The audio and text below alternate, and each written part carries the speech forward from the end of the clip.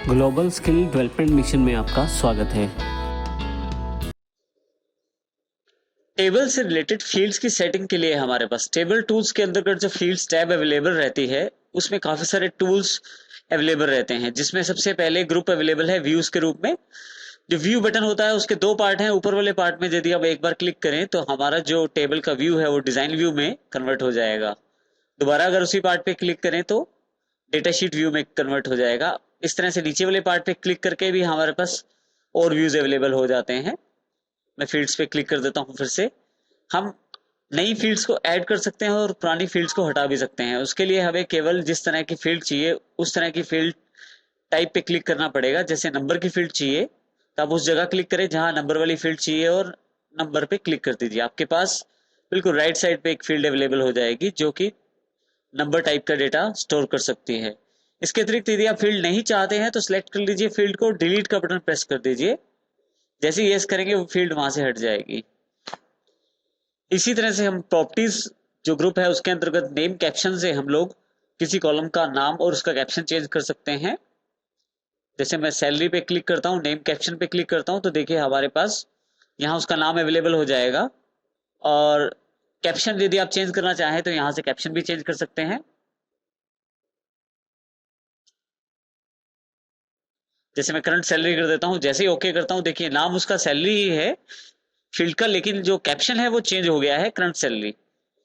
इसके अतिरिक्त आप डिफॉल्ट वैल्यू भी चेंज कर सकते हैं। हमारे इस टेबल में पानीपत एक डिफॉल्ट वैल्यू के रूप में है। सिटी जो फील्ड है उसे सिलेक्ट कर लेता हूँ। डिफॉल्ट वैल्यू पे जैसे ही क्लिक करता हूँ एक्सप्रेशन बिल्डर पे उसने पानीपत जो डिफॉल्ट वैल्यू है दिखा दी है। आप यहाँ से चेंज भी कर सकते हैं इसे। फील्ड का साइज भी आप चेंज कर सकते हैं। इसके अतिरिक्त आप मॉडिफाई लुकअप्स, जो फील्ड्स आपकी लुकअप फील्ड्स हैं वहां पे आप उसे मॉडिफाई भी कर सकते हैं। जैसे प्रोजेक्ट जो हमारा टेबल है उसके अंतर्गत ट्रेनर जो फील्ड है वो हमारी लुकअप फील्ड है। लुकअप फील्ड को जैसे सिलेक्ट करेंगे आपके पास मॉडिफाई लुकअप जो ऑप्शन है वो एनेबल हो जाएगा। जब आप इस पे क्लिक करेंगे तो आपके पास एक एरर आ जाएगा। ये एरर ये जानकारी दे रहा है कि आपको मॉडिफाई जो लुकअप्स हैं उनमें चेंज करने के लिए आपको जरूरी है कि आप ये जो टेबल है डिजाइन मोड में खोलें। तो हम इसको यहाँ से क्लोज कर देते हैं और प्रोजेक्ट टेबल पे राइट क्लिक करके उसको डिजाइन व्यू में खोल लेते हैं। यहाँ पे जो फील्ड आपकी लुकअप फील्ड है, जैसे कि ये ट्रेनर जो फील्ड है मेरे पास लुकअप फील्ड है, इस पे क्लिक करके जैसे ही मैं यहाँ पे मॉडिफाई लुकअप पे क्लिक करता हूँ उसके साथ ही मेरे पास देखिए फिर से लुकअप विजार्ड अवेलेबल हो जाएगा। मैं इसमें अपने अनुरूप जो ऑप्शन सेट कर सकता हूं जैसे मैंने पहले सेलेक्ट किए थे और मैं इसको मॉडिफाई कर सकता हूं। इसी तरह से यदि आपके पास कोई कैलकुलेटेड फील्ड अवेलेबल है तो उसको भी आप चेंज कर सकते हैं मॉडिफाई एक्सप्रेशन के साथ। इसके लिए आप उस फील्ड को सिलेक्ट कर ले। जैसे मार्क्स मेरे पास जो फील्ड है वो कैलकुलेटेड फील्ड है। मॉडिफाई एक्सप्रेशन पे क्लिक करते ही हमारे पास उसका एक्सप्रेशन अवेलेबल हो जाएगा। यहाँ से जो मैं चेंजेस करना चाहता हूँ वो चेंज कर सकता हूँ। इसी तरह से अगर आपके पास कोई फील्ड मेमो सेटिंग भी चेंज कर सकते हैं अगर आपके पास कोई मेमो फील्ड अवेलेबल है। इसके अतिरिक्त बेसिक सेटिंग्स आपके पास फॉर्मेटिंग की अवेलेबल है यहाँ पे, जिसमें आप किसी फील्ड का डेटा टाइप चेंज कर सकते हैं, उसके अतिरिक्त उसका फॉर्मेट चेंज कर सकते हैं। और बेसिक टूल्स हैं जिसके साथ आप परसेंटेज, डॉलर और कोमा का निशान भी लगा सकते हैं। इसके अतिरिक्त आप डेसिमल नंबर बढ़ा भी सकते हैं और कम भी कर सकते हैं। इससे इंक्रीज डेसिमल से नंबर आपके नंबर ऑफ डेसिमल प्लेसेस बढ़ जाएंगे और डिक्रीज डेसिमल से आपके डेसिमल्स जो हैं वो कम हो जाएंगे। फील्ड वैलिडेशन में हमारे पास रिक्वायर्ड, यदि आपको फील्ड जरूरी चाहिए तो रिक्वायर्ड ऑन कर सकते हैं, चेक कर सकते हैं इसे। यदि आपको फील्ड में वैल्यूज अलग अलग चाहिए तो यूनिक कर सकते हैं, जिससे हर एक वैल्यू दूसरी वैल्यू से अलग रहेगी। आप अपनी आप अपनी फील्ड की परफॉर्मेंस बढ़ाने के लिए इंडेक्स भी कर सकते हैं उसे।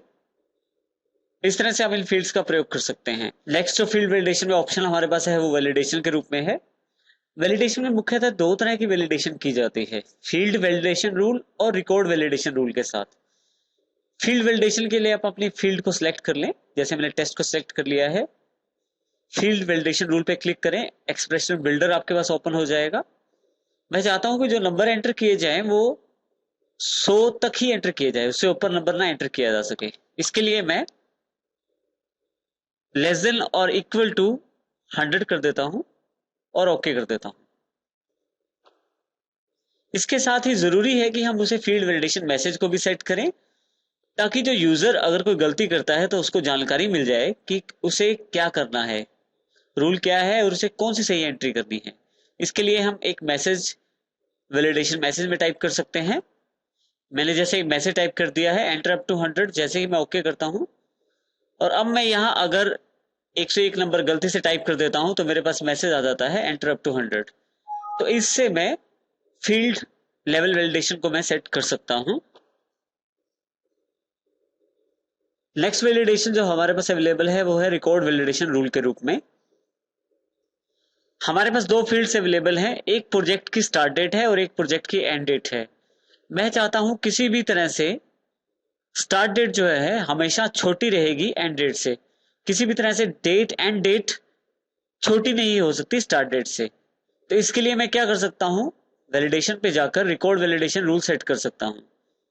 क्योंकि मुझे स्टार्ट डेट छोटी रखनी है इसलिए स्टार्ट डेट पे क्लिक करता हूं, लेस देन का सिंबल और एंड डेट, यानी कि स्टार्ट डेट हमेशा छोटी रहनी चाहिए एंड डेट से जो एंट्री की जाए। तो जैसे ही मैं ओके करता हूं मेरे पास रूल वैलिड हो जाता है। इसके साथ ही मुझे यहां से रिकॉर्ड वैलिडेशन मैसेज भी सेट करना पड़ेगा।